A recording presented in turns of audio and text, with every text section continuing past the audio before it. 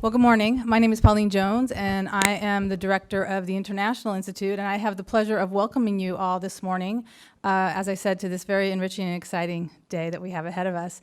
I want to recognize that this is very much a collaborative effort across the centers and programs that make up the International Institute.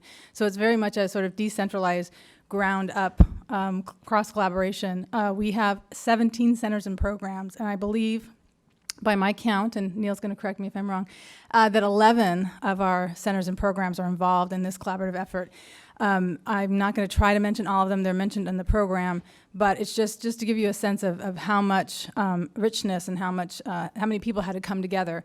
And it would have been completely impossible to have this kind of collaborative effort and to have it realized if it hadn't been for our Neil McKenna. If you could just stand up and be recognized. Neil McKenna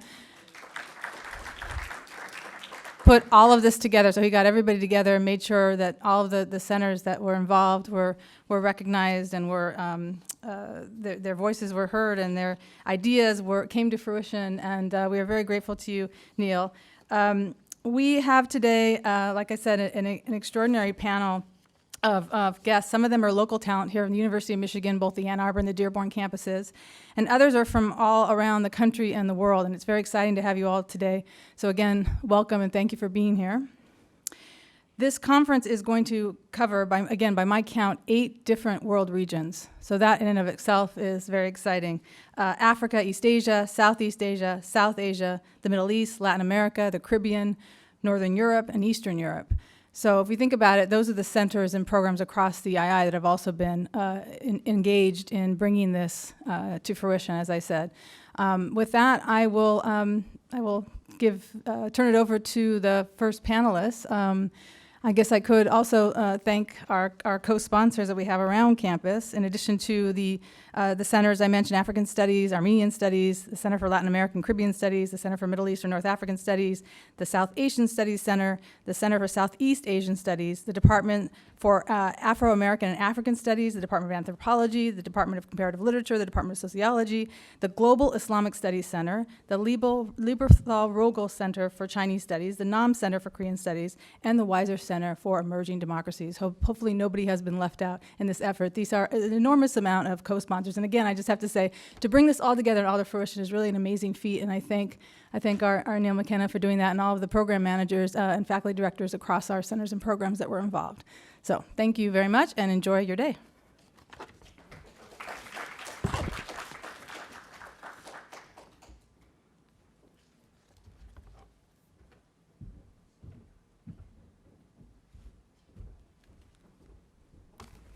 Hi, everyone.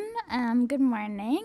My name is Catherine Downs. I'm a first-year dual degree master's student here at the University of Michigan in the Center for Middle East and North African Studies and also the School of Social Work.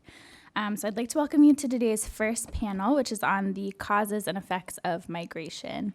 Our panelists are Cheryl Yin from the University of Michigan, Sally Howell from the University of Michigan Dearborn, and Vahe Sahakian from the University of Michigan Dearborn as well. After each of our panelists present, I'll come back up and ask some questions, and then after that, I'll open up to questions from the audience, and we'll have a mic to pass around, I believe. So let's welcome our first presenter, Sally Howell.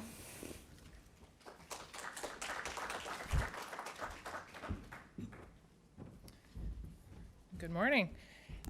Is there a way that I could elevate this podium? Is it fancy like that?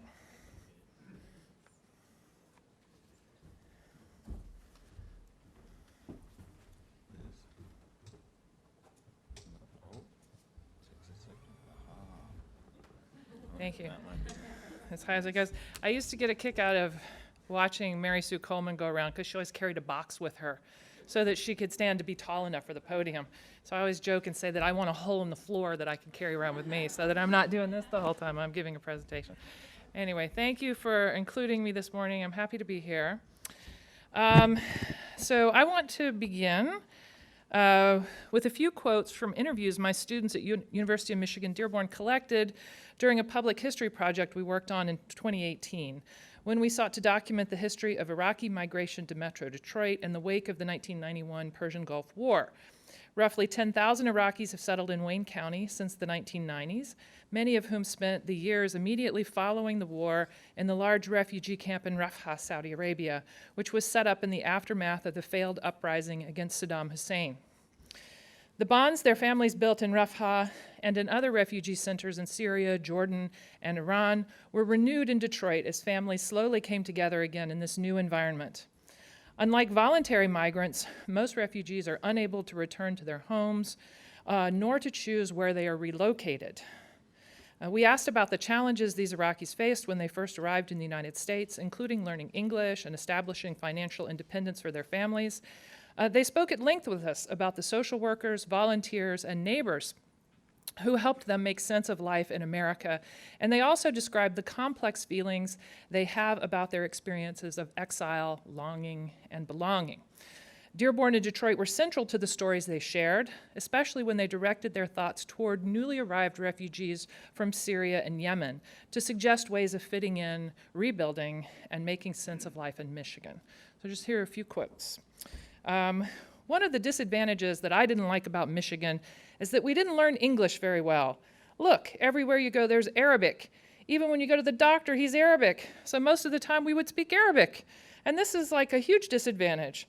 For all people come to Dearborn, it's a huge disadvantage for them because they won't learn English. If you don't learn English, you will never be American.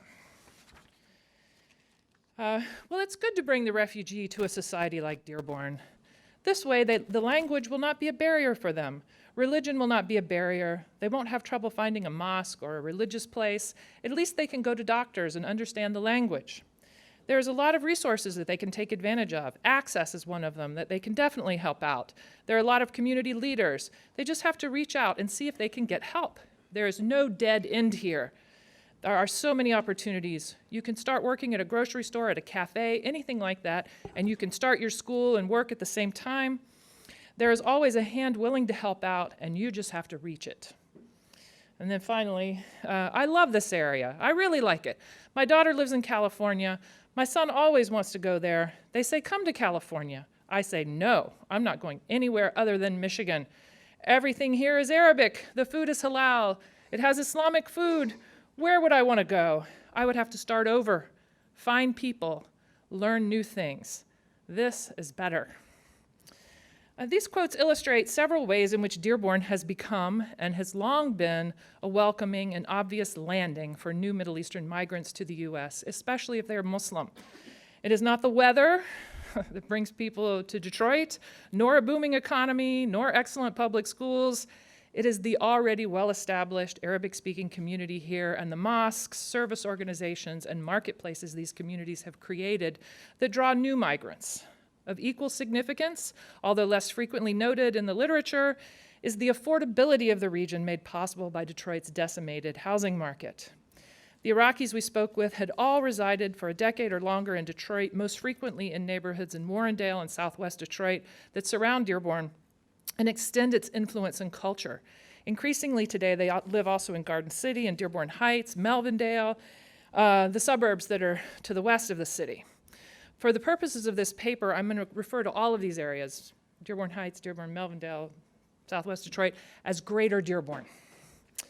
The Arab communities of Greater Dearborn have grown significantly in recent years due to the arrival of new refugees from Iraq, Syria, and Yemen, and the continued chain migration of families from Lebanon, Jordan, and Palestine. The Iraqi and Yemeni populations are now among the largest foreign-born groups in Metro Detroit, and specifically, they are both the two largest in Wayne County, which is surprising, not the Lebanese. At a time when the population of the region continues to decrease, new arrivals stave off some of the economic shrinkage that follows population loss. They shore up housing markets, keep the lights on in public school districts, and contribute energy and vitality to markets and cultural landscapes alike. So the new influx of Middle Easterners to Greater Dearborn has greatly enhanced the complexity, prosperity, and political prominence of Arab Detroit as a whole. It's also benefited the region, and it is celebrated as such by municipal authorities, superintendents of schools, mayors. As happened in the past, this influx has also contributed to the community's vulnerability. I'm interested in the dynamics of this growth, especially the interaction between newcomers and well-established Arab Americans that have created avenues to greater public inclusion, the insistence on civil liberties, and the community's embrace of change, cultural, economic, political, and religious, on its own terms, for its own ends, and not simply to impress, appease, or win the approval of a larger non-Arab society. All of these transformations are historical. They're built upon a foundation of prior migrations, prior inhabitations, and periods of prior political and cultural study. And I like to think of those quotes that I read to you as sort of acknowledging that, those prior struggles, right? The doctors speak Arabic, there's halal food, there are mosques. They're sort of recognizing that someone was here before and laid this foundation for you. If I had more time, I would love to share the ways in which earlier sediment layers become visible in the present and are sometimes referenced to resolve conflict, inspire, and of course to establish claims of authenticity and belonging. Instead, I want to just really quickly examine some of these layers to help us understand what makes Greater Detroit or Greater Dearborn so dynamic and vital, while other parts of Arab Detroit seem to be always slipping from view. So I'll begin with the first layer. A small colony of Syrians set up shop on Detroit's east side in the 1890s. First as a staging ground for peddling networks that threaded through Michigan, Ohio, and Ontario. Mostly Christians from Mount Lebanon, these peddlers had been enticed down the mountain and across the seas by their ties to French and American missionaries. Their success in the U.S. encouraged people from more remote regions of the Lebanese countryside to join the migration. And by 1914, when Henry Ford launched his $5 workday, there was already a significant community of Syrian Muslims living in Highland Park and the blocks immediately surrounding the Ford factory there. As Khalil Bazzi recollected his own arrival in Highland Park in 1912 to historian Alexa Naff, the streets were filled with Arabs, all of them from Vintage Vale. He was very excited. That's his home village. So if layer 1 was Christian and entrepreneurial, layer 2 was generated largely by Ford's factory. It was equally a Muslim layer. In fact, the Syrian Muslims quickly joined together with Turks, Kurds, Poles, Albanians, and a handful of South Asians to create a series of ethnic and religious associations that gradually, by 1921, became a mosque, the first purpose-built mosque in the U.S. This era was shaped by the Armenian Genocide, World War I, the birth of Hollywood, intense Americanization campaigns, a nativist movement not unlike our own, and a period of urban expansion that is difficult to fully comprehend today. Layer 3, the next period, brought ties to the African American community participating in a great migration of their own. This period brought together strong anti-colonial movements, Arab nationalism, Pan-Africanism, South Asian independent movements with Islam in Detroit. Mixed together with the social and economic disruptions of the Great Depression, this confluence of interests contributed to the rise of the Nation of Islam in the city. Layer 4 deposited the Arab community in Dearborn.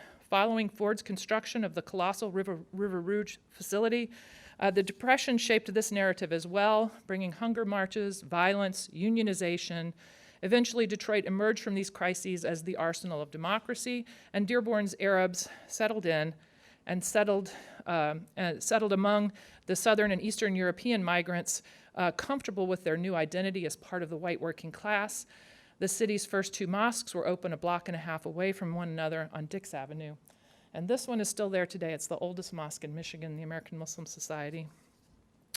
The Cold War, of course, brought new, more educated leadership from Lebanon and Albania to work with the newly empowered and also better educated American-born generation as they began to press for political and social incorporation as Muslims.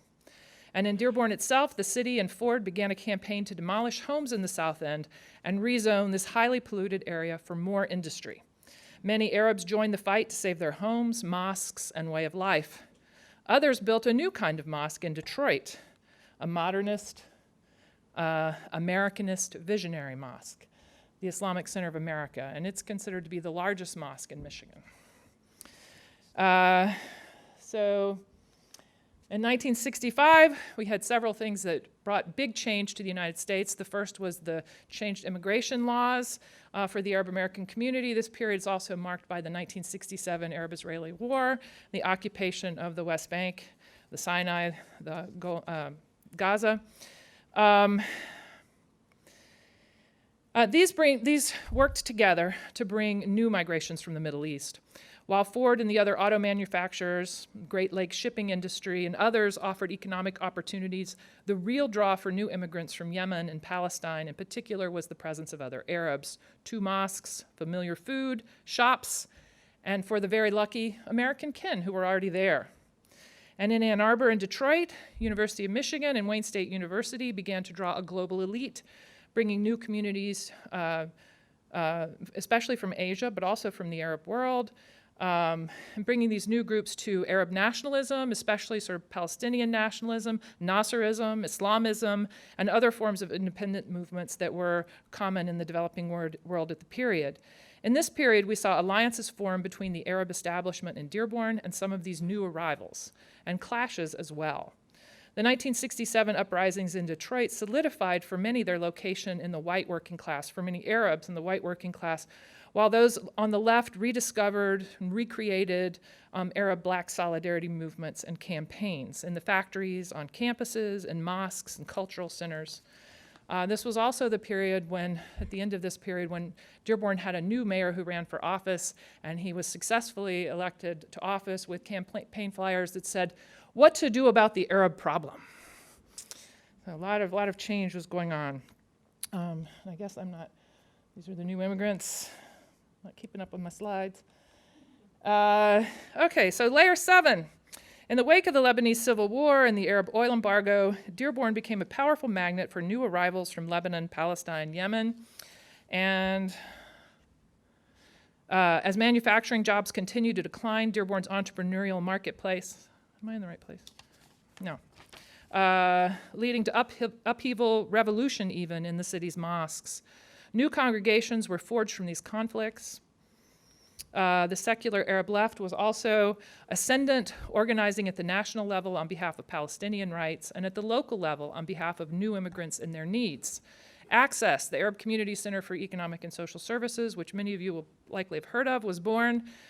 And as the population spilled over into East Dearborn, into neighborhoods that had previously been off limits, even the American-born long-term residents of the city began to be identified with the poverty, politics, and social needs of the newly arrived. So this was a period where, even within Dearborn, anti-Arab sentiment was on the rise, the oil embargo, the Iranian Revolution. This was a time of crisis and of very much of hostile visibility. This was also the period of growth in the service sector. New cable TV shows came in, new restaurants, halal butchers, a cultural efflorescence. Arabs began to garner national attention. Some of this was crisis-driven, but also to be credited with revitalizing business districts across the city.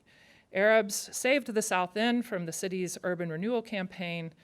All of this despite the new idea of the Green Scare, the rise of terrorism, and the ascendance of Salafi ideologies in Dearborn. So the next layer is the Gulf War. We're getting close to the present. I want to point out that the Iraqis who began arriving in the wake of the Gulf War that I mentioned at the beginning of the paper presented Dearborn with a genuine identity crisis. The new Shi'i refugees were casualties of an American war, not casualties of our proxy wars in Lebanon and Palestine, as so many of their immigrant predecessors had been, but of a direct U.S. invasion. They did not arrive as a chain migration with a gradual snowball effect that brought more and more people to the U.S. to work for, live with, benefit from the connections to their kin. The Iraqis came without a support system, without advanced planning, without much choice at all. Their situation was desperate, and they themselves were strangers. Their needs challenged the institutional structures of Greater Dearborn. Their insistence on adhering to their own cultural identity, their own foods, their own dialects, their own abayas, and their Ashura demonstrations, again disrupted and threatened the mainstream of the Arab community, who did not want to be seen or to see itself through this prism, which was now read as foreign. The war also brought a new level of FBI surveillance, a new challenge to the loyalty of Arab Americans, and new forms of political solidarity on both the left and right. Okay. And finally, as manufacturing jobs continued to decline, Dearborn's entrepreneurial marketplace became the economic driver for the region as a whole. The Arab American Chamber of Commerce was established to market Dearborn as a gateway for economic ties to the Middle East. As sort of a new, very empowered Arab community was taking shape like right alongside a less empowered one. And then the last layer I'm going to talk about, sorry, I'm not looking at my slides anymore. Of course, at the turn of the millennium, Greater Dearborn had come into its own. In this period, we saw, quite predictably, a new synthesis, an effort to come together and work together across differences, new commitments to self-representation, political representation, cultural representation, really phenomenal growth that followed very closely on the heels of the 9/11 attack and the fact that it was critical for the community to create these new identities and new solidarities. It was also, this phenomenal growth in terms of institutions was also predicated on the fact that most of the major Islamic charities in the United States had been shut down, and for Muslims wanting to give zakat, there was no, they could only give to local institutions. So we saw 20 new mosques built in the first decade after 9/11, and more than 20 mosques, more than doubled their square footage with new growth projects. And this is just a small sampling of all the new things that happened. There were also repeated waves of newcomers, many more refugees, a mix now of those with and without kin. But now they were suddenly arriving not at a city where they had to do everything for themselves, establish mosques, establish schools, but at a place with scores of mosques, with Muslim elected officials, with an elaborate and thriving halal marketplace, with Arabic-speaking bankers, doctors, and teachers. We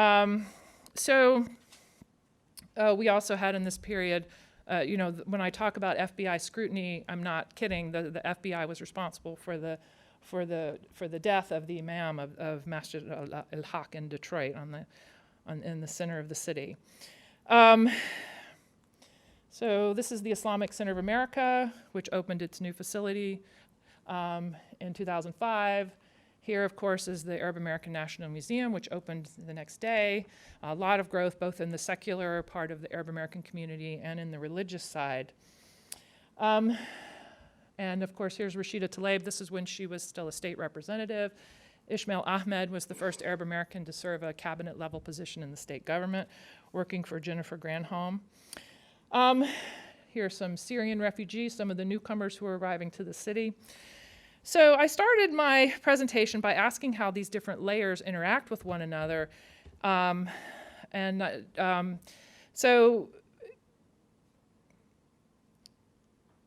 then suddenly my notes disappear. Just a few years ago, there was a very well-known imam who passed away.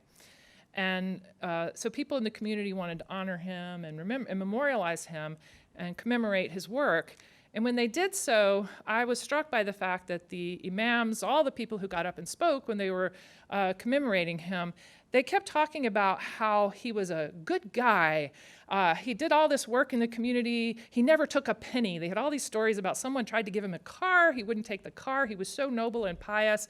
But there was also, they never talked about him as a religious leader who had actually established mosques and institutions. They never talked about him as a religious leader who had been a scholar and a teacher.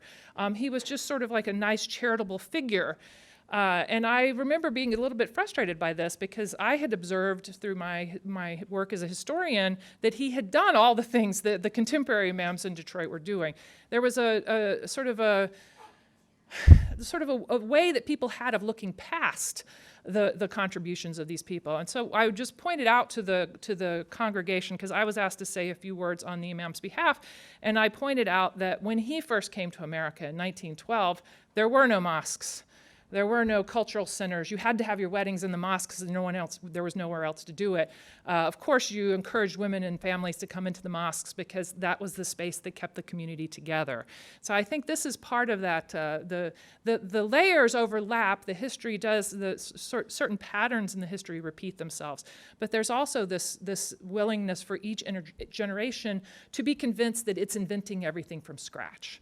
And I think that's why I like the reflections of the Iraqis, because they were acknowledging that they had come to a city where so much had been established on their behalf. So I just got my 1-minute warning. I did just want to say that the strong pattern that accounts for the vitality of Greater Dearborn today is a historical one where communities from different migrant generations and different regions of the Middle East collaborate and compete with one another to oppose marginalization through avid participation in almost every form of American identity making available. Today, Arabs are running for office and winning as Republicans and Democrats. They were swing voters for both Donald Trump and Bernie Sanders in 2016. They advocate for religiously conservative social policies, and they participate in LGBTQ+ activism. They are among Detroit's poorest, most recently arrived populations, and they're also affluent players in the economic and cultural revitalization of the city. In Dearborn suburbs, Middle Easterners are a gentrifying force, triggering new forms of white flight and establishing new models of middle-class consumption and leisure. They remain invested in transnational politics, supporting and opposing Arab regimes in Syria, Iraq, Palestine, Lebanon, and Yemen. They actively build coalitions and political alliances with other communities of color, immigrant populations, and mainstream organizations. Increasingly, this kind of broad spectrum involvement is seen as necessary and normal. It is a display of rights, both secure and imperiled. It wins respects from allies and opponents, and it is a responsibility of American citizenship because the status of the community and of individuals must be actively asserted through participation in public life. Thank you.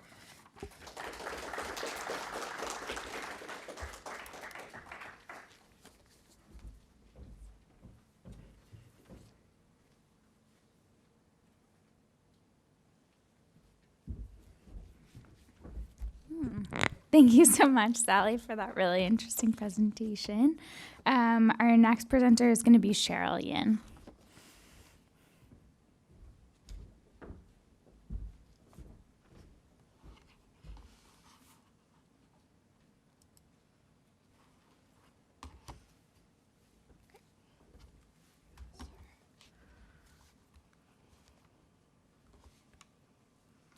All right. Good morning, everyone. On January 29th, 2020, a 35-year-old Cambodian American named Sok Luan landed in San Francisco International Airport to a cheering crowd of family and friends.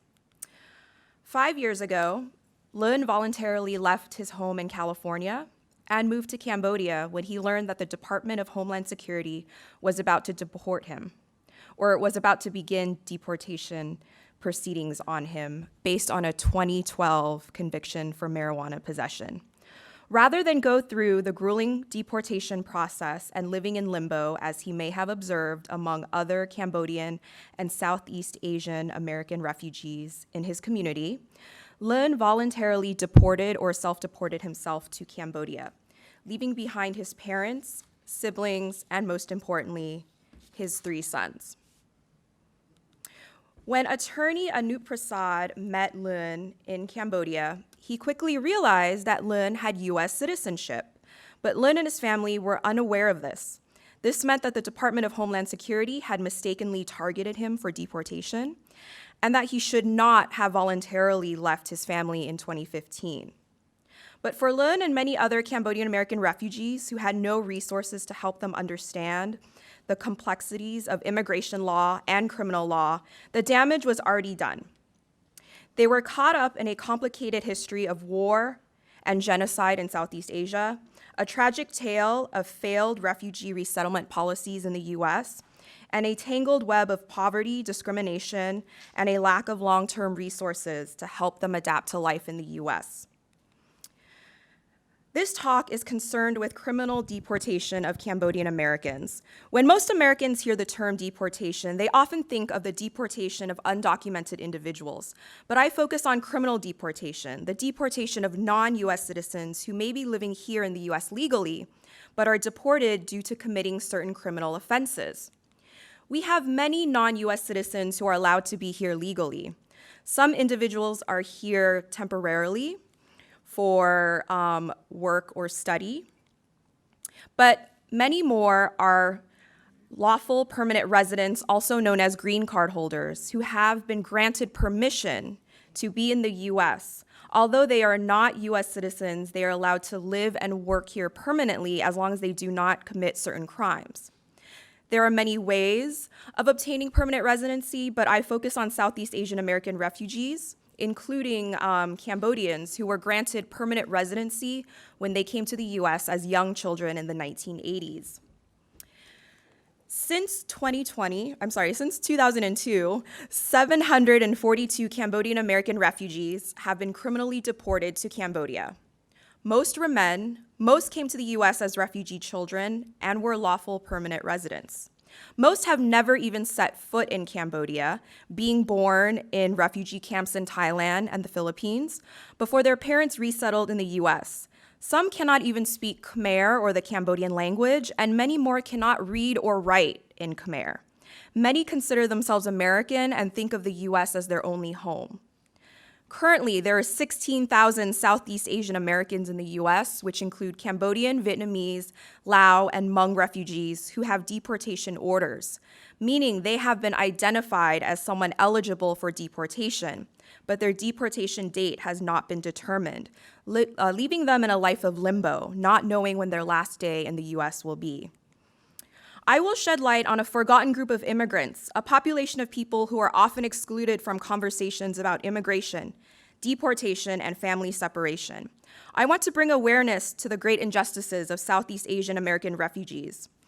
As part of the largest resettlement effort in American history, where over 1 million Southeast Asian refugees came here in the aftermath of war, I show how the United States failed in their resettlement efforts, how there were no long-term plans to help refugees adapt to life economically, socially, and emotionally, prompting many refugees to fend for themselves.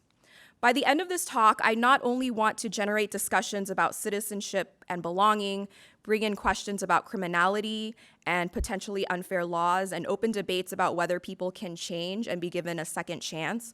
I want to urge everyone in this room to remember that millions of Southeast Asian American refugees are still living here in the US. While my talk can help us think about what mistakes were made and how we can help newly arrived refugees, Southeast Asian American refugees are still struggling.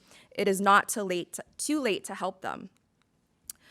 So in my talk, I'll briefly go over the history of war and how Cambodians came to the US as refugees. I'll describe what life was like when Cambodian refugees resettled in the US, and I'll talk about the immigration law that is causing a disproportionate amount of deportation among the Cambodian community, and I'll end with some recommendations on how we can help them. Although the bulk of my talk is focused on Cambodian Americans, a lot of my talk also applies to Southeast Asian Americans in general because of their shared history of colonialization, war, and refugee resettlement. Vietnam, Laos, Cambodia, as well as ethnic Hmong, were colonized by the French. In the 1960s to 1970s, each of these countries found themselves entangled in war and devastation. The US brought Cambodia into the Vietnam War when it decided to drop bombs onto Cambodia as a way to disrupt war material going from North Vietnam to South Vietnam. From 1965 to 1973, 2.7 million tons of bombs were dropped onto Cambodia, a country the size of Missouri. The US dropped more bombs onto Cambodia than the Allies dropped onto Europe and Japan during World War II. Safe estimates put the number of Cambodian civilian casualties at 4,000. The US bombing forced Cambodians to flee from their village and seek refuge in the capital, but it also fueled support and popularity for the communist Khmer Rouge as rural Cambodians began to revolt against the government that was supported by the United States. Unfortunately, when the Khmer Rouge finally captured Phnom Penh in 1975, they implemented policies to turn the country into a communist agrarian society where all Cambodians would become peasant farmers. Urban Cambodians were evicted into the countryside to live and work on collective farms. Through forced labor, Cambodians worked with little sleep and little food. When the regime ended 4 years later in 1979, an estimated 1 to 2 million Cambodians died, or 21 to 25% of the population, and the deaths were due to execution, starvation, illness, or exhaustion from intense labor. After the fall of the regime, over 1 million Cambodians decide to leave Cambodia and seek refuge across the border in Thailand. This journey was not easy, as Cambodians had to climb mountains, traverse thick jungle, and it was filled with landmines. Once they arrived in Thailand, refugee camps swelled. At one point, the largest refugee camp, Kawadang, grew to 140,000 people. It became the largest city with Cambodians. Life went on as normal as some refugees married and continued to have children. When I say that many Cambodian American deportees have never set foot in Cambodia, I'm referring to the generation of children who were born here in the refugee camps. Some refugees in the 1980s were given the opportunity to resettle in countries like the United States, Canada, Australia, and France. Other refugees were repatriated back to Cambodia when the refugee camps closed permanently in the 1990s. So I'll transition to what life was like for the Cambodians who resettled here in the US. Cambodian and other Southeast Asian American refugees were able to resettle in the US in large numbers after the 1980 Refugee Act. The largest number of Cambodians arrived in 1981 when the US resettled 38,194 Cambodians. The highest number of Southeast Asian refugees arrived in 1980 at 166,700 people. In total, over 1 million Southeast Asian refugees have resettled in the US. There's no comparison when we look at the number of refugees who are resettled in the US today, dropping off at 20 to 30,000 refugees in total of all nationalities. Life was not easy for Cambodian and Southeast Asian American refugees when they arrived here in the US. They faced many barriers: financial, educational, social, linguistic, health, and mental health. I'll present some statistical data on the barriers that they face, but I want you to consider how these barriers differ among adult refugees versus young refugees, and how the various data impact one another. Linguistically, many Cambodian refugees had trouble learning English, as only 44% of Cambodians have low English proficiency. Their Southeast Asian compatriots also have similar language barriers when they arrived in the US. Conversely, refugee children learn English much faster than their parents, which may have been demoralizing for adults, as they had to depend on their children to translate. A former Hmong battalion commander, Major Song Wing Kang, said, "We have become children in this country."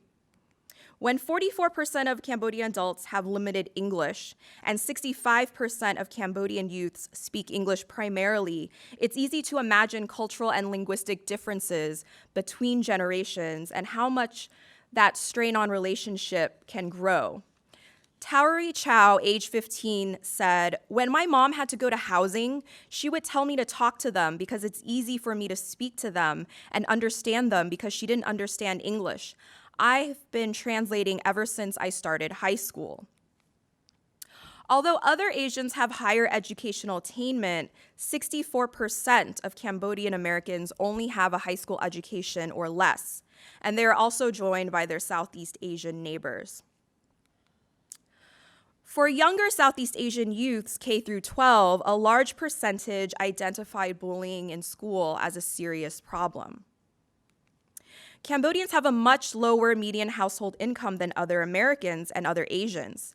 This number, 55,000 household income per year, is also misleading because the average Cambodian household is larger than the average, with multi-generational people such as grandparents, and the average Cambodian has more than 2 children. Refugee adults also had difficulty finding employment because many of their skills are useless in the US.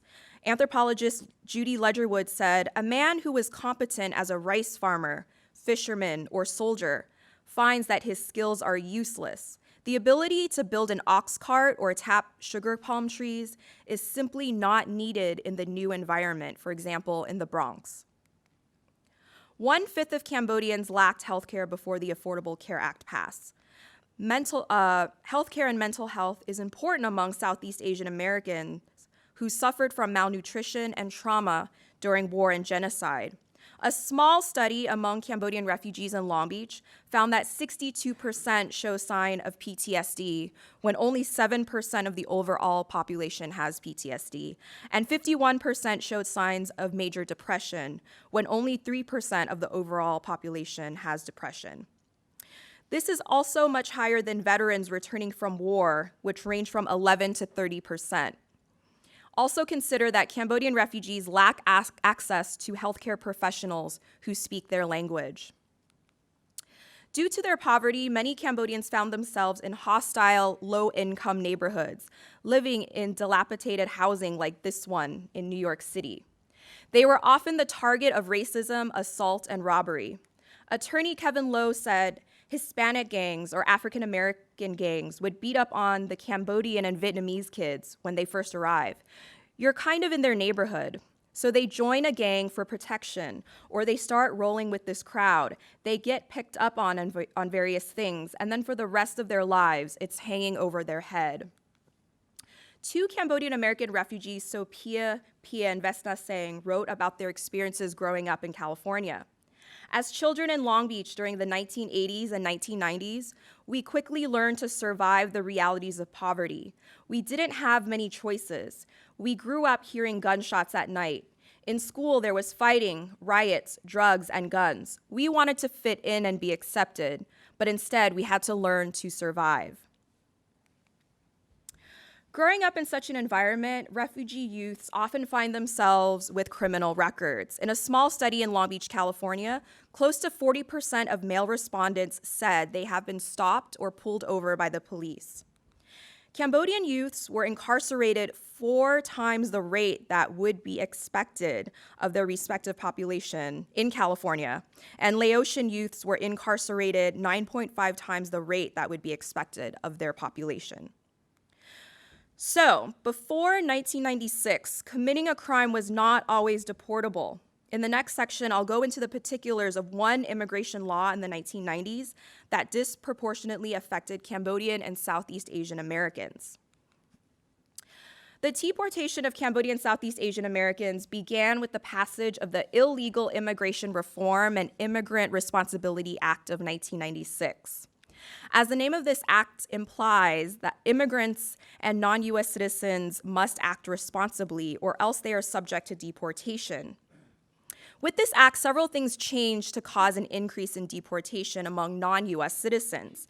It expanded the definition of aggravated felony, which includes nonviolent crimes such as public urination. It was retroactive. Offenders committing crimes before 1996 were still deportable, even after they served their sentence. And it also took away judicial discretion, which means judges can no longer evaluate on a case-by-case basis.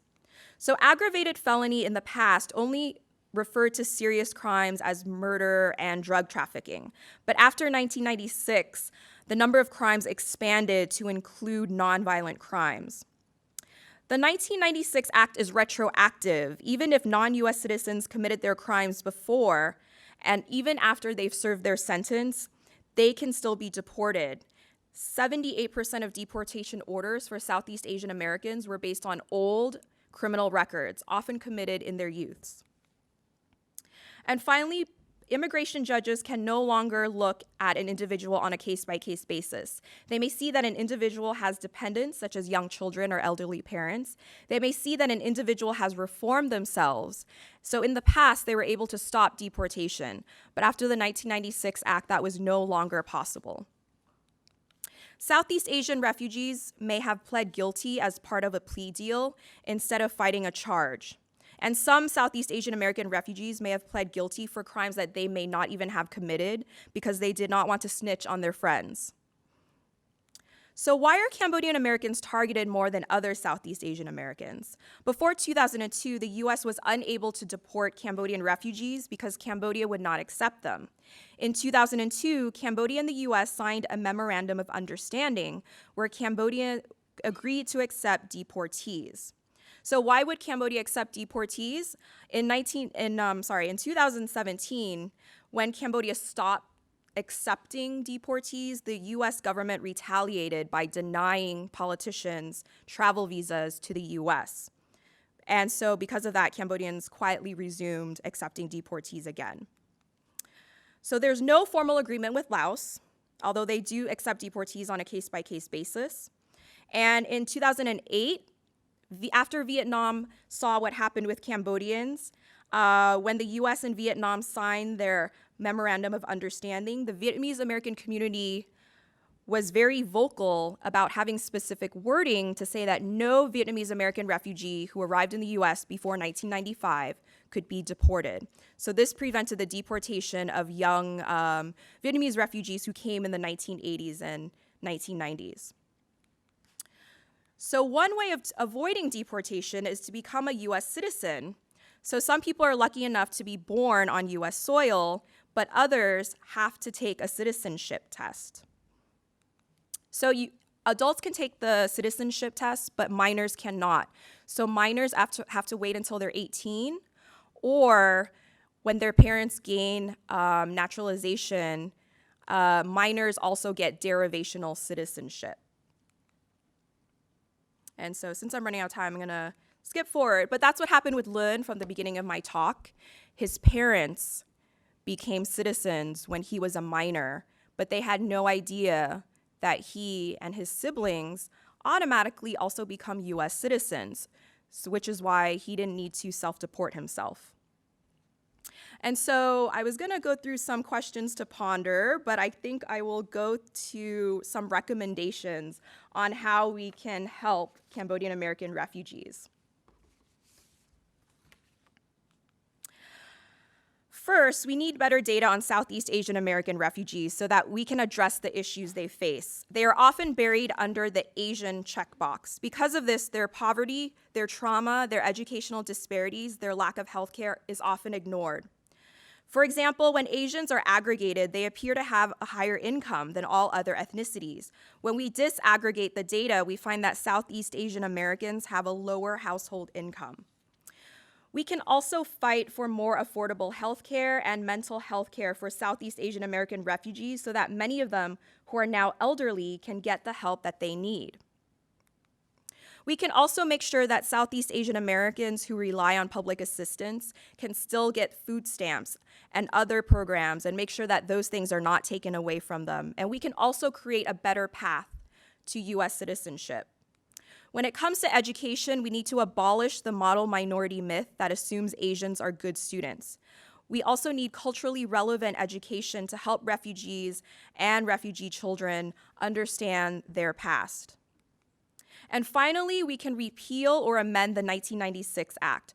By repealing it might be hard, but amending it might be easier. We can restore due process so that judges can evaluate deportations on a case-by-case basis.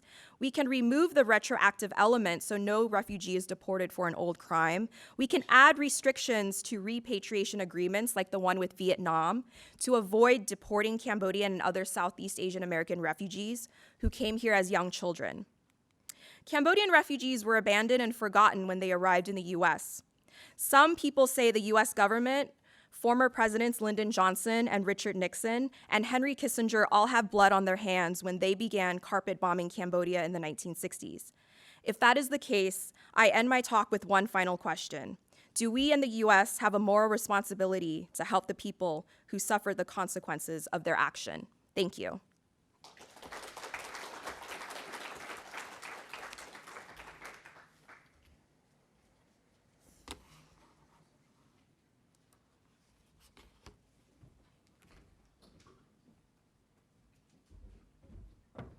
Thanks so much, Cheryl. Let's welcome our final presenter, Vahe Sahakian.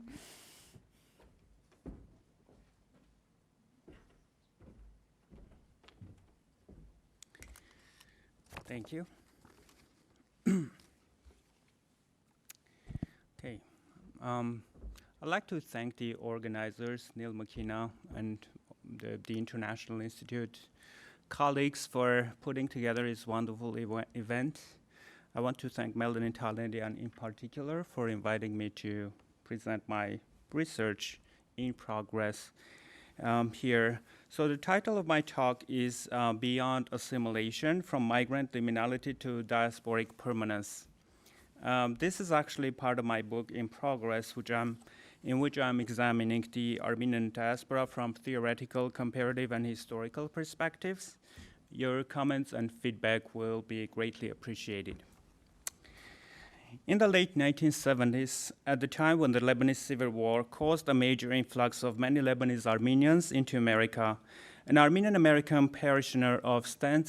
Stephen's Armenian Apostolic Church of Watertown, Massachusetts, reported in resentment, and I quote, "These newcomers have accused us of callous disregard for our Armenian brothers and sisters in Lebanon. That really aggravated me. Ever since we were kids, the attitude and effort has always been to help the Armenians who stayed overseas after the massacres. Our mothers and fathers came here penniless and they made do. They had a very tight family structure and they brought their children up to the best of their abilities as good Armenians. Yet these new people think that we don't have an Armenian identity. We may not know the language, but we sure know where we came from." End of quote. Anthropologist Jenny Phillips, who conducted the interview, further observed that many newcomers felt if someone couldn't speak Armenian, he or she was not an Armenian. In a very paradoxical way, the Armenian Americans, who had been perceived, sometimes labeled and looked down by the American public for being ethnics, for being Armenians, from the perspective of the Middle East Armenian co-ethnics, they were not Armenians. Were they ethnic Armenians or were they assimilated Americans? How can these various perceptions of the same collectivity be reconciled, explained, and theorized in less contradictory terms? Beyond the essentialized conceptions of identity and ethnicity, in what ways these various expressions can still be meaningfully conceptualized as Armenian? Perceptions of assimilation are ethnocentric. From the perspective of the Lebanese Armenians, the Armenian Americans were not Armenians but assimilated Americans. From the American perspective, the Armenian Americans represented an ethnic American, that is, Armenian collectivity. Theoretically also, assimilation often implies a dominant collectivity, usually defined around some ethnic characteristics bound within a nation-state, in which all other transplanted ethnic groups are eventually and inevitably dissolved. The fact that assimilation needs an ethnic or nationalist lens and a vantage point from which it will be possible to record its success or failure does not necessarily imply that whatever is the opposite of assimilation is not ethnocentric at all. In the American context, many critiques of assimilation rather convincingly argued for the emergence of new ethnic forms using concepts such as ethnogenesis, becoming American, remaining ethnic, and so on. Studies emphasizing the durability and resilience of ethnic forms also often represent ethnocentricity in their need to overstate the continuation of some ethnic traits by undermining most other ethnic characteristics that are lost in the process of integrating into local society. Armenian Americans, apparently, lacked some of the most identifiable features of ethnic Armenianness from the viewpoint of the Armenian-speaking Lebanese Armenians. Some scholars adopted the concept of symbolic ethnicity coined by sociologist Herbert Gans in 1979 to describe the superficial connectedness of some collectivities to ethnic symbols that can be easily abandoned. Yet these approaches often understate the deep emotional connectedness to heritage culture and the resentments as expressed in the quoted passage above that can hardly be abandoned. In my talk today, I'm going to challenge these ethnocentric approaches to immigrant integration by examining the process of diasporization and the multiple crossings and mixings it entails. The immigrant integration into host country societies may indeed take a variety of routes, ranging from total loss of heritage culture within a few generations to complete segregation and ghettoization. In this paper, I will focus on one particular alternative of the immigrant integration, that is diasporization. For diasporization to occur, the migrant collectivities need to engage in multifaceted negotiations in their attempts to integrate into local societies and simultaneously create spaces that will help them and their descendants remain connected to their heritage culture. The process of negotiations that begins in the liminal stage of migrancy, I argue, entails transculturation as a crucial component that makes diasporic permanence possible. Alongside pointing to the possibility of this particular way of integration into local society, my intention is also to contribute to studies that account for the agency of the immigrants. The process of diasporization, as I intend here, involves the complete integration of an immigrant population into local society through transculturation and by creating transcultural spaces of difference. Diasporization involves the emergence of institutional and discursive networks that connect the immigrant populations translocally with their kinfolk and their descendants elsewhere, both within some national boundaries and transnationally. In what follows, I would like to share some theoretical insights on the concepts of migration, dispersion, and diaspora, and support my arguments by discussing some examples from the Armenian case. While a universal consensus around the definition of the term diaspora can hardly be imposed, I observed the emergence of three major approaches in the interdisciplinary field of diaspora studies. I call these approaches ethnic resiliency, hybrid laterality, and transmigrant diasporicity. I have some characteristics of each of these approaches and names of some scholars who have contributed to this in this slide, but I'm going to skip the details here. I suggest this not as a comprehensive typology, but as some conspicuous tendencies in diaspora studies. What I found lacking in these approaches are studies that would explain both theoretically and in practice the complex processes that explain the transition of a migrant collectivity into a diasporic community. Diaspora, I propose, denotes the multi-generational presence of a culturally distinct collectivity of people in multiple localities other than what they perceive to be their collective ancestral land of origin, who stay connected through translocal, personal, organizational, institutional, cultural, discursive, or other networks. Following this definition, my major question is how do diasporas evolve and how do diasporic people, communities, institutions, and cultural production continue for decades and centuries in places and countries outside what they perceive to be their ancestral homeland? I contend that dispersed migrant collectivities should be differentiated from diasporas. Many members of immigrant communities assimilate into host societies, eventually losing any connection with the heritage culture within a few generations. Not all dispersed people, however, obviously assimilate. Various country contexts usually provide some spaces in which differences can be articulated, experienced, and exercised, even if these emergent spaces remain at the societal margins. I posit that diasporas emerge when migrant collectivities establish distinctive transcultural spaces in their new places of residence, when these unique spaces become embedded in the social fabric of their local societies, and when they become transnationally connected through an exchange of people, discourses, material and non-material resources. Armenian, Jewish, African, or other neighborhoods, institutions, newspapers, or organizations in Europe, Americas, or elsewhere outside their ancestral lands are some examples of what I call spaces of difference. These spaces emerge in the complex processes of negotiations that various segments of immigrant populations engage in order to make the continuity of their ethnic, cultural, religious particularities and the inclusion of their descendants in these spaces possible within these new contexts. Transculturation is the process that best describes the evolving trans-ethnic and cross-cultural spaces that emerged of the negotiations and exchanges between the immigrants' heritage culture and local cultures. Coined by Cuban anthropologist Fernando Oritz, transculturation enables to theorize the complex processes of negotiations between the uprooted, transplanted cultures and the mainstream cultures in local societies that often result in the emergence of mixed, hybrid, and transethnic cultural forms.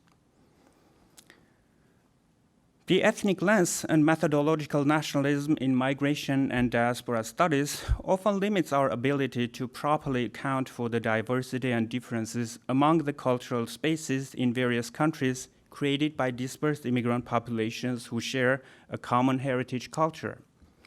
The diaspora lens instead enables to record the complex processes of negotiations and the variety of ways in which immigrants and their descendants originating from the same cultural background negotiate their integration into societies of various countries while being able to articulate, exercise, and develop some of the heritage culture traits.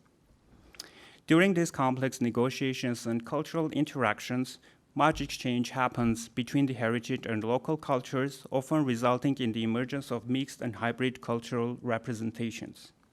In other words, I use the term transculturation to explain the complex processes of cultural negotiations, cultural crossing, and exchanges that are integral to diasporization. Transculturation implies the existence of distinct cultural forms that meet and interact on the level of individuals, collectivities, or institutions within a bounded geographical space, usually within a state. Depending on local policies within those states, the density of immigrant communities, and some other factors, some traits of the heritage culture or the adopted culture may become more conspicuous and dominant. In the remaining time, I would like to examine especially this dimension by briefly discussing the Armenian experiences under significantly different conditions in the West, such as in the US or France, and in the countries of the Middle East, such as Lebanon. The dispersion of Armenians since the late 19th century, but more intensively following the forced deportations and the genocide in the Ottoman Empire during World War I, created many immigrant and refugee communities in a number of states in Europe, Americas, and the Middle East. In the liminal space of in-betweenness and belonging to nowhere, many among the displaced Armenian visionaries voiced concerns for the preservation of Armenianness, or Hayabahbanutsun as they called it. Armenians rarely, if at all, discuss the possibility of integrating into local societies by transculturation. Their imagined way of the preservation of Armenianness was by segregation and resistance to assimilation. Assimilation for most of the Armenian elites at the time included intermarriages, the loss of the ability to speak the language, especially among the diaspora-born generations, and the decline of the heritage culture. With various degrees of success, however, the Armenian immigrants were able to create institutional and discursive spaces both in Western countries and in the Middle East, all of which I contend in various ways became important sites of transculturation and cultural production. The Armenian elites and members of transnational Armenian organizations, such as the Armenian Church or the Armenian Revolutionary Parties, faced different sets of challenges in various countries. In France and the US, for example, the challenge was to preserve Armenianness against the assimilatory policies of both states. In the first half of the 20th century, both France and the US faced similar problems of immigrant integration and assimilation, as they had accepted large numbers of immigrants to mitigate the need for workforce shortage. These policies were expressed, first of all, in the efforts of both countries to make public schools free, compulsive, and available to immigrants and their descendants, to organize often mandatory evening classes for immigrant workers that would help them assimilate much quicker. Lebanon in the Middle East, by contrast, provided a significantly different context. The State of Lebanon, formed in 1924 under the French Mandate, provided citizenship to all those former Ottoman subjects who resided in Lebanon at the time. This also included the Armenians.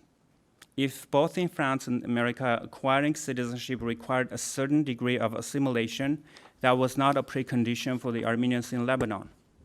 The French interests to balance the population numbers among various confessional communities in Lebanon provided quite favorable conditions for the Christian Armenians as well.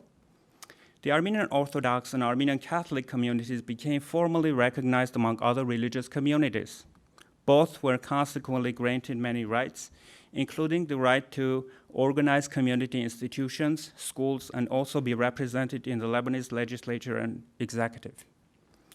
If starting Armenian schools and instituting Armenian language curriculum in Europe or America represented an uphill struggle for the Armenian visionaries, conditions in Lebanon were quite conducive for embarking on Armenian educational and cultural activism. In the course of a single generation, the Lebanese context enabled the Armenian elites and institutions to bring about a generation of Armenian-speaking populations whose parents were most predominantly Turkish-speaking genocide survivors. Within a few decades, Lebanon became a central location for Armenian cultural production, the place where Western Armenian language became more standardized and flourished. The Armenian diasporic space that emerged in Lebanon was heavily based on the use of Western Armenian and the culture that most conspicuously was Armenian. The exceptionality of the Armenianness as it evolved in Lebanon may seem to counter the argument on diasporization and transculturation. An impartial observer, however, will be able to record some cultural elements, especially in the vernacular language and cultural representations that are the result of the cultural interaction and mixing with non-Armenian Lebanese communities. Some pictures. Inconspicuously also, there have been Arabic-speaking Armenian spaces in Lebanon that may become more prevalent in the ongoing negotiations of Armenianness and transculturation in the future. Armenian churches and political parties had dominated discourses on cultural production, benefiting from the confessional boundaries imposed on the Armenians by the Lebanese consociational political structure. This had made the Armenian part of the Lebanese Armenian transcultural space much more conspicuous and the Lebanese part almost invisible. In France and the US and elsewhere in the West, the Armenian elites and institutions were less successful in producing Armenian-speaking communities.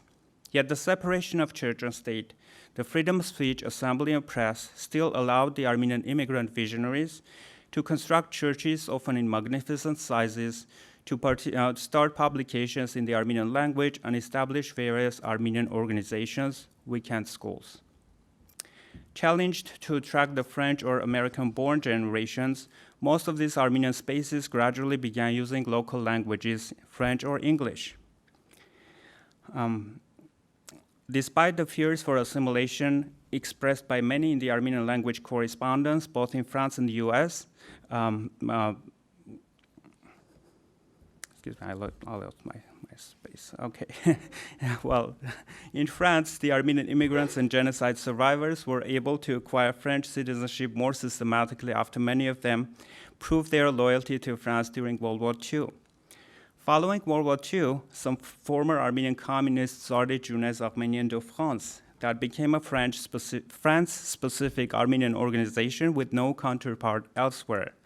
Nowadays, led by French citizens of Armenian origin, JAF represents a transcultural space, truly transnational and diasporic indeed, in which many Armenian immigrants from the Middle East, former Soviet Armenia, and from contemporary Armenia successfully cooperate with the French descendants of Armenian immigrants to produce new French-Armenian transcultural and artistic forms. The continuing waves of Armenian migrations from the Middle East, Soviet, and post-Soviet Armenia to Europe and the Americas have significantly altered the dynamics within many Armenian diasporic spaces. The example I discussed in the beginning about the tense relations between the American and Lebanese versions of Armenianness had many similar manifestations in other Armenian spaces elsewhere. It is especially within these diverse Armenian spaces of Los Angeles, Boston, Alfortville, or Marseille that one can observe the transcultural diversities among the Armenians originating from Lebanon, Iran, Turkey, Egypt, Armenia, and those born and raised in America or France. It is also in spaces such as the greater Los Angeles that one can perhaps observe the ongoing transculturation, which may have already produced some mixed representations of Armenianness out of the exchanges between the various Armenian transcultural representations and the local Californian, American, non-Armenian diverse cultures. Some concluding remarks. Migrant collectivities should be differentiated from diasporas. Migrancy is a liminal condition, diaspora is permanent. The temporal factor is as important in diaspora formation as the spatial dispersion. Following the voluntary or forced migration of a culturally distinct population into many different localities, some may assimilate into local societies within a generation or two. Others may put efforts to preserve their cultural distinctiveness, sometimes by forming ghetto-like communities due to self-isolation, externally imposed boundaries, or the combination of both. The desire and efforts of the migrant communities to integrate in their new societies while remaining connected to their heritage cultures entails processes of negotiations and transculturation.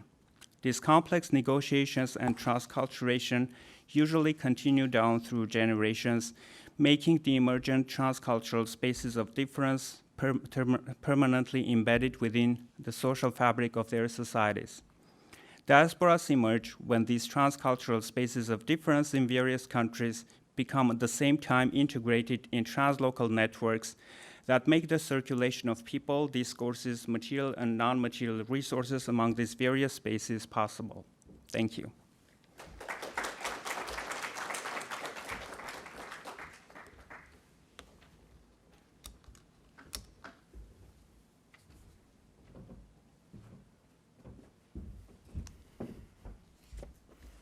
First, I want to say thank you so much, Cheryl, Sally, and Vahe, for sharing your really insightful work with us.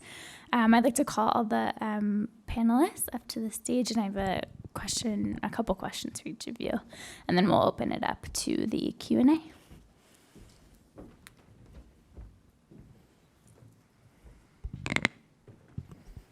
Sorry, I think I'm a lot shorter than everybody else.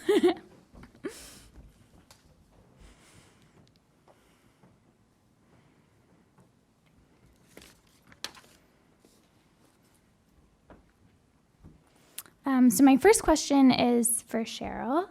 One thing I really that really struck me about your presentation was when you talked about the 1996 Act. To me, it struck me as this kind of classificatory violence, and that it categorizes immigrants who are subject to it as a different or lesser kind of human being whose belonging is really conditional in ways that others' belonging is not, namely citizens. So even in its name, the Immigrant Responsibility Act, it really emphasizes the conditionality of their status in the United States. And to me, it seemed that it probably keeps them from ever feeling settled or safe, and maybe in that way reenacts trauma over and over.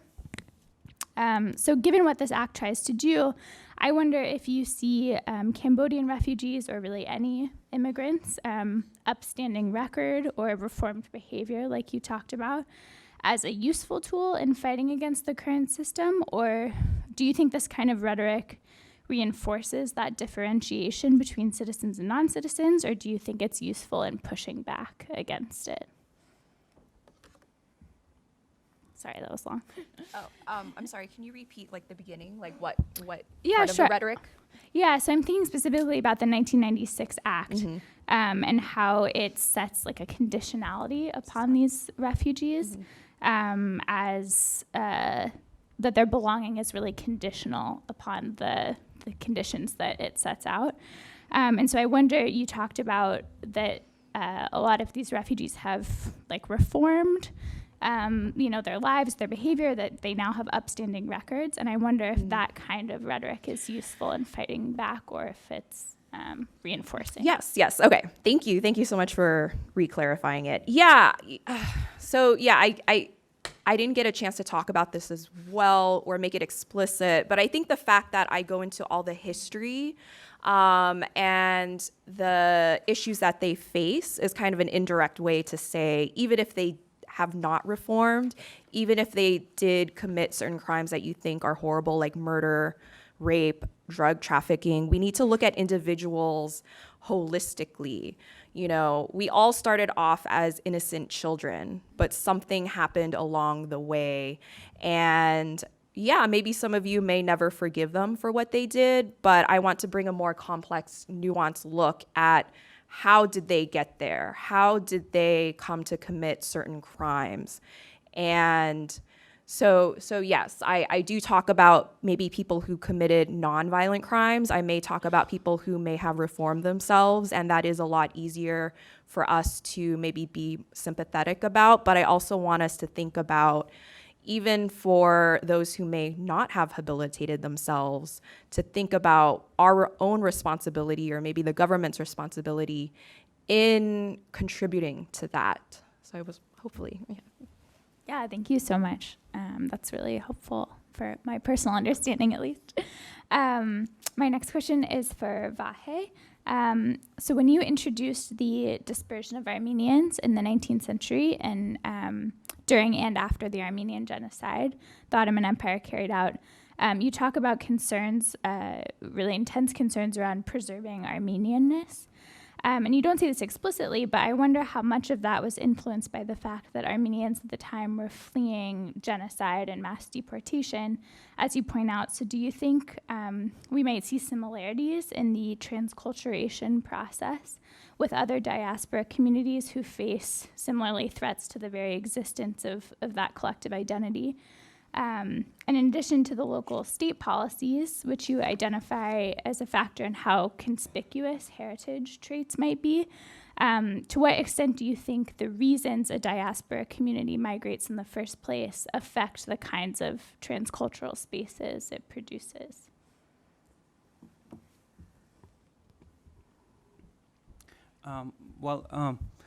You know, one of the classical perception of diaspora is that, you know, it starts out of, you know, violent action, violent dispersion of a population from their local, you know, from their homelands, like the Armenians were dispersed the way the Jews were dispersed, and the classical notions also include the Greeks and Africans, of course.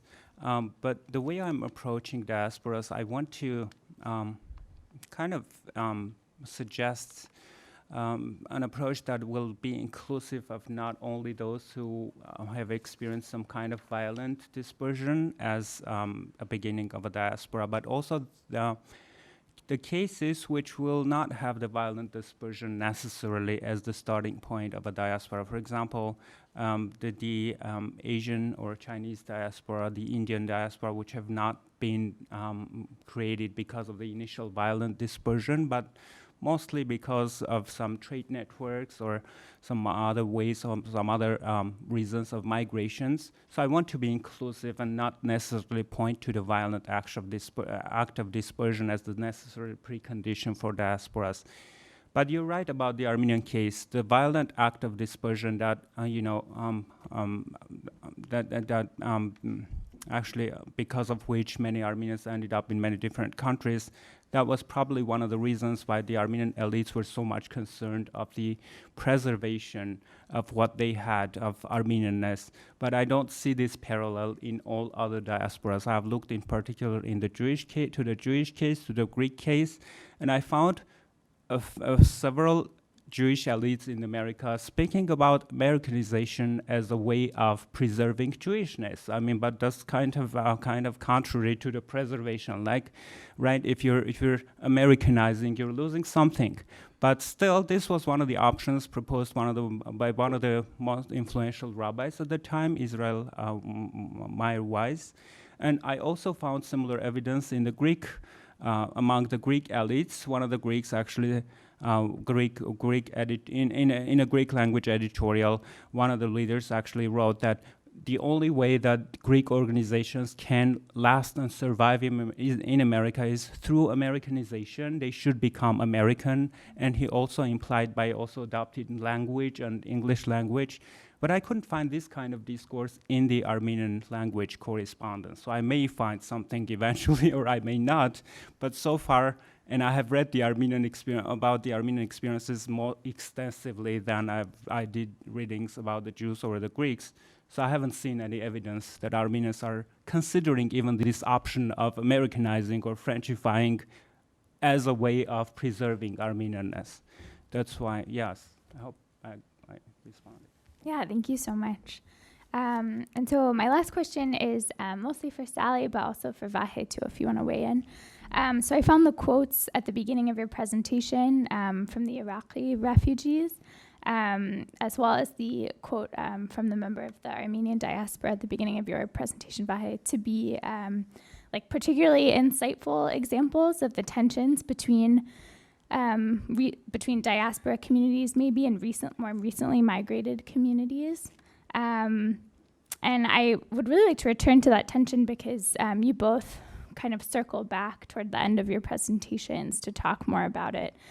And so I wonder, Sally, if you could talk a bit more and maybe give some more specific examples of ways that that kind of migration building upon each other and sort of those interactions between like within specific diaspora communities, like previous migrations and newer communities arriving, as well as between, say, like the Iraqi Shia refugees you talked about versus, say, like the Lebanese communities that arrived, how those have interacted to shape like certain kinds of, as Vahe says, like transcultural spaces in Dearborn and Detroit.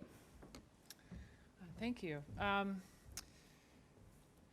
Well, so I think I said in the conclusion that there were sort of three ways that it manifests itself, and so I'll sort of start with the easiest one. One is a way of claiming space and claiming identification with a history of a space that might precede your presence there. So, for example, I talked a little bit about the South End neighborhood, which those you probably wouldn't realize unless you know Dearborn. It's a neighborhood that's in the shadow of the Ford Rouge plant. There's also Marathon Oil Refinery right there. There's the Levy Asphalt Company. There's the Darling Soap Works. There is Dearborn Meats. Dearborn Sausage Company is there. All of these companies, this is sort of one of the most it's the most polluted zip code in the Metro Detroit area. It's the most polluted zip code in Michigan, is this neighborhood. And historically, if you go back to the 50s and the 60s when people first became environmental activists in the neighborhood, people tell stories about, you could tell which side of the street someone lived on by the paint job on their car. Because if they parked in front of their house, the side of the car that was closest to the factory, the paint would blister and peel and disappear from the car. People used to like time their laundry so that they knew when at a certain time of day and a certain time in the evening, the factories would release the particles that had accumulated in the chimneys and the smokestack. So people would have to be very careful in the timing of when they put their laundry out on the line back before people had laundry. So there was a legacy of activism on behalf of the neighborhood to try and get the Ford Motor Company in particular to control some of its more abusive patterns. There was also the Asphalt Levy Company, which is the company that worked with the Levy Asphalt Company, which worked with the Ford Motor Company to try and urban renew the neighborhood, destroy housing in the neighborhood so that they could be closer to the factory because they would take the byproducts of steel manufacturing and use that to make asphalt. And you have these big piles of sludge, basically, that are just sort of sitting in the neighborhood. And so in certain periods of time, the community would be very active and they would ask the factory to like cover up the piles. I know when I first came to Dearborn in the 80s, they were just painted green to make them look like they had grass on them. But so today, there's a new generation of people who live in the neighborhood who are Yemeni American. In the 50s and 60s, when this environmental activism first started, the neighborhood was still very culturally diverse. In the 80s and 90s, when I came along, it had transitioned from being a multi-ethnic space to being an Arab American space, but a very diverse Arab American space. Today, it's a Yemeni space, just overwhelmingly 95, 99% Yemeni. And what's happening now is the Yemeni, the high school aged Yemenis are working with oral historians from the community. They're reading history. They're reading up on the labor activism of the past. And so even though their particular families might not have been in the space for more than 10 years or 5 years in some instances, they're claiming the Arabness of the space. They're claiming the longevity of the Arab struggle about the space as their own struggle and sort of taking that with them in their all the work that they're doing. So today they're collecting soil samples, they're collecting air samples, they've been very active. The Arab community, both in Hamtramck and in Dearborn, is one of the most active groups in sort of demanding that the air in the metro area be cleaned up. And of course, Rashida Tlaib is a major advocate on their behalf, and so is Abdullah Hammoud, who's the state legislator who represents the district. So that's one way that people have of claiming the past. So another way where you might see it's a narrative that is both an embrace and a little bit of a rejection. So historically, there has been a long presence in Detroit of both Shia and Sunni Muslims, in some cases worshiping together, in some cases definitely making sure that they had multiple institutions so people could worship according to their own traditions and customs.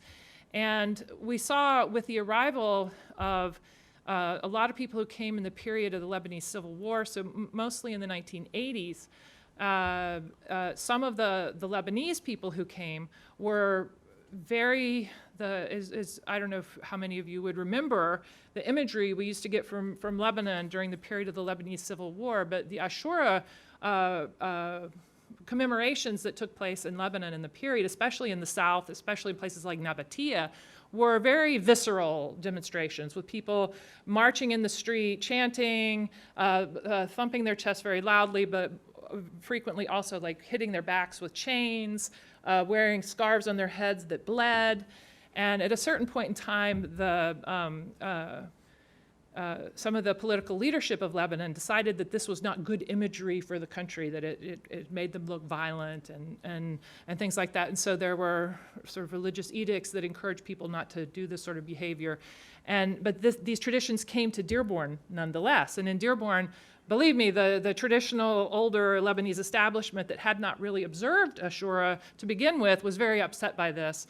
I remember one time I went to an Ashura event, and they had a sign in front of the door that said, R-rated, like warning people.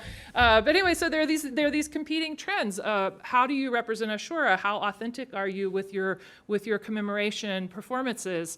Do you do it inside the mosque and keep it there? Do you allow photographers? There's this whole sort of array of approaches to trying to sort of control the discourse. Different people are trying to control the discourse about it. And when the new Iraqis came, one of the things that they started doing was having the Arba'in March, the 40-day march. And it's become a very popular event in Dearborn. But when it first started, the Lebanese community was not supportive of it, right? They were like, we have this other way of doing things. So anyway, I'm just trying to point out that there's this, there's a continuum between innovations that the new communities will bring in, and in some cases the innovations are things that the existing population will embrace. In other cases, there are things that the existing population is very opposed to. So just one more example of some places. So if you've noticed from my slides, in the few pictures I had where you see women in the slides, you'll notice that most of the women in the 50s and the 60s didn't cover their hair. In fact, the people who sort of brought the innovation of the hijab to Detroit were the African American community, who started wearing the hijab in the 1960s and 70s as a part of their move toward Sunni Islam. But for the Arab community, it really came in after the Islamic Revolution in 1980. And there was, when people started wearing the hijab, it was something that the people who were born in America, maybe were born in America in 1910 or 1920, looked at this hijab and said, you know, they read the hijab, I think, in the same way a lot of mainstream Americans read the hijab. And a lot of the people that I interviewed for my book would talk about, some of the older people I talked to, talked about this period when the Lebanese community came to America, and the hijab started to come back in, right, in the post-Iranian Revolution period, and they talked about being shamed. Like they would go buy gas, and someone would come up to in the gas station and say, "Are you a Muslim or not? How can you call yourself a Muslim if you're not wearing a scarf? You know, shame on you. You should wear a scarf. You can't come to my iftar at my house, you know, or we're not going to pray with you, or whatever." All these sort of new rules were put in place. And this one of the people I talked to I was sort of amused by her language. She called the people who did embrace the hijab in this period, she called them fanaticals.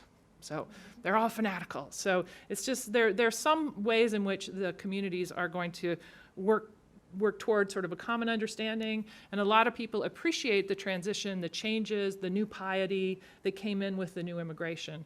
But for other people, it's a road that they're not willing to travel on. Great, thank you. Yeah, so I think we have time for a couple questions. Do we have a microphone? Thank you so much for this very powerful panel papers. And I have actually two questions. The first question for Shirley, and the other one for Sally, because I am part of the Dearborn community. So the first question is about the Cambodian people who you said, because I would like to clarify that from you. So it means you said even they are born in USA, they have to pass the test of citizenship? Oh, no. So they were not born in the U.S. Oh, okay. So this is okay. So this is, you answered the question. So the other question about the Dearborn community. Thank you so much for this historical layers, because you started from the beginning till now. I have a question about the political waves, recent political waves. Do you think that affect the Dearborn community in terms of divide them? Because we know there is like conflict, kind of religious conflict, if there is like Shia or Sunnah, and if they are like, I'm talking about the Iraqi community. So how much the recent political waves affect the Arab community? So this is the first question. The second question, do you think there is like, even they are Americans, you just touched this point, even they are American, do you think the social issues, Arab social issues, affect them too? For example, their opinion to LGBTQ, the domestic violence, the many topics. So do you think it still exists? And if you try to look at the Arab community in this direction, can you divide these into layers too? It means layer 1, layer 2. So yeah. Well, that's a lot for me to do, and I know I went over long with my response to my last question. These are dissertation topics that you're asking, but I appreciate where you're coming from. So for the second one, I'll answer that one first. In terms of the social issues, there was a study that was done in 2003 of the Arab American community called the Detroit Arab American Study. And I think in that study, the findings were, I don't have any of these numbers in my head, but that the Arab community was indeed very much more conservative on some of these social issues you mentioned than the mainstream American culture. But it's also true that, there are multiple generations. So it's not only the country your family comes from, how long your family's been in America, whether you grow up in Dearborn or Detroit or one of the other suburbs. All of these issues affect your politics. And I think that we've been in a political moment. It started, I never usually say things started on 9/11, but I think 9/11 pushed the Arab community sort of more into the mainstream and into more engagement with other Americans, especially other communities of color, to seek solidarity in those spaces. And this solidarity has sort of pushed people more into progressive politics. And you certainly see since Trump's election, for so many younger Arab Americans, they really embrace sort of the full progressive spectrum. And I think that the thing that surprises me in observing the way people talk, so I wouldn't necessarily hear this rhetoric, I wouldn't look to hear this rhetoric in mosques, but if you look online, I'm really impressed with the people who are from the generation that's older than mine, who have sort of understood. They have genuine solidarity with other people of color, with other gender communities, and get the fact that if you're going to have rights for any group, you have to have rights for everybody. So I think that this is the younger generation sort of pushing the older generation, and the older generation is listening. Now, in terms of how the recent waves, whether or not the recent waves, of course, the recent waves affect sort of the possibility of Arab solidarity. And it's more, I think, than the recent waves. I think it's what's happening in the region. So we've seen, Dearborn, for example. I think a lot of people think of Dearborn as a shorthand for the Lebanese Shia. And so a large percentage of the Arab community was in solidarity with the Syrian, with the anti-government people in Syria, with the rebellion in Syria. But the Hezbollah basically supported the regime. And so you definitely see the split in the community. We've seen it happen over and over again. But I also, and there's also a very big divide now in the community that has always been a little bit of a division, but I think now it's a more of an actual divide between the Chaldean community and everybody else, and in particular between the Chaldean community and the Muslims, and especially the recently arrived Chaldeans who came, legitimately they were refugees. They were attacked by ISIS. They've suffered ethnic cleansing in their villages, and they're traumatized by that. But I've also observed that in some cases the Chaldeans are the most vociferous groups in terms of opposing religious freedom for Muslims in their communities. So that's the reality of it. But I also think that I always wonder when people ask for Arab solidarity because there are so many different ways of being an Arab. And I don't think it's necessarily natural for people just, there are kinds of Arab nationalism which have a political objective. But that's very different from just thinking that you have something in common with every Arab you meet. And I think the community in Detroit is so diverse. I had a Yemeni woman recently who was talking to me about her neighborhood, which is a Yemeni neighborhood. And she was saying, oh, but it's so diverse compared to these other neighborhoods. And I was like, but it's all Yemeni. And she goes, yes, it's all Yemeni, but they're all from this one town. We're from all over Yemen. We're very cosmopolitan, and that is the way she sees her neighborhood, right? So I'm not gonna contradict that. So I think we have time for one more question over here. It's okay. No. Another question for Sally, and I feel bad because it was such a great panel. There are questions for all the other speakers, but I feel like I have to jump into speaking of I loved what you did with talking about Greater Dearborn as opposed to Greater Detroit. But here's the thing. If you talked about Greater Hamtramck, for instance, instead of Greater Dearborn. Which I do in other papers. Sure. Yeah, because this is you're very focused on Arab Muslims, right? Mm-hmm. And I know that you know a lot about, the other Muslim communities in Metro Detroit. And I just, because when we celebrate Detroit, we always celebrate the multiplicity of Muslim voices and experience in Detroit, and including kind of this,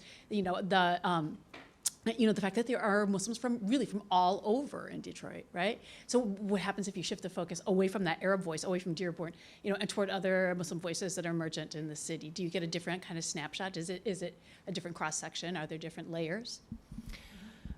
There are absolutely different layers because, so some of the layers are very similar, like the 1965 immigration law. That really brought in the Asian community. So a lot of what I was saying there was actually more about the South Asian community than it was about the Arab community, although Arabs were also part of that new migration. And if you look in particular, so I sort of emphasized in the historical period some of the solidarities between the African American community and the Muslim community. I think in the past that was a pan-Muslim effort. I think in the post-65 period, it's really been led by the South Asian community. you also have, just as you were arguing in your paper, this image we have of the model minority for the Asian population it's blown up when you look at it in any detail. So while we had the elites who came in the 1960s through education and professional degrees and working for local hospitals, and they've done very well for themselves, we also had a lot of working class people who came from Bangladesh or other parts of Yemen, of India, and so their experiences have just been very different. And you have, in a place like Hamtramck, you have solidarities based on the fact that that's where you're doing the environmental justice work, is in Hamtramck. That's where you're looking for educational reform, and you're doing it across ethnic lines with other Muslims or non-Muslims. And Elisa Perkins has documented some of the ways in which the community actually advocates for very conservative politics. Like they opposed an LGBTQ ordinance in the city of Hamtramck and made common cause with this very conservative Catholic group that had just the year before opposed the call to prayer in Hamtramck. So, the alliances and solidarities really shift depending on where you are. So absolutely, and in my larger project, I do look at those multiple communities. It's just that Dearborn has been very much on my mind lately for a variety of reasons, things I'm writing, and because the exhibit I'm working on is really focusing on Dearborn right now. So I've got a Dearborn data dump in my brain right now that I have to manage somehow. But thanks for your question. So thank you all for coming. Thank you to our audience members who asked great questions. And let's give a big round of applause to our panelists.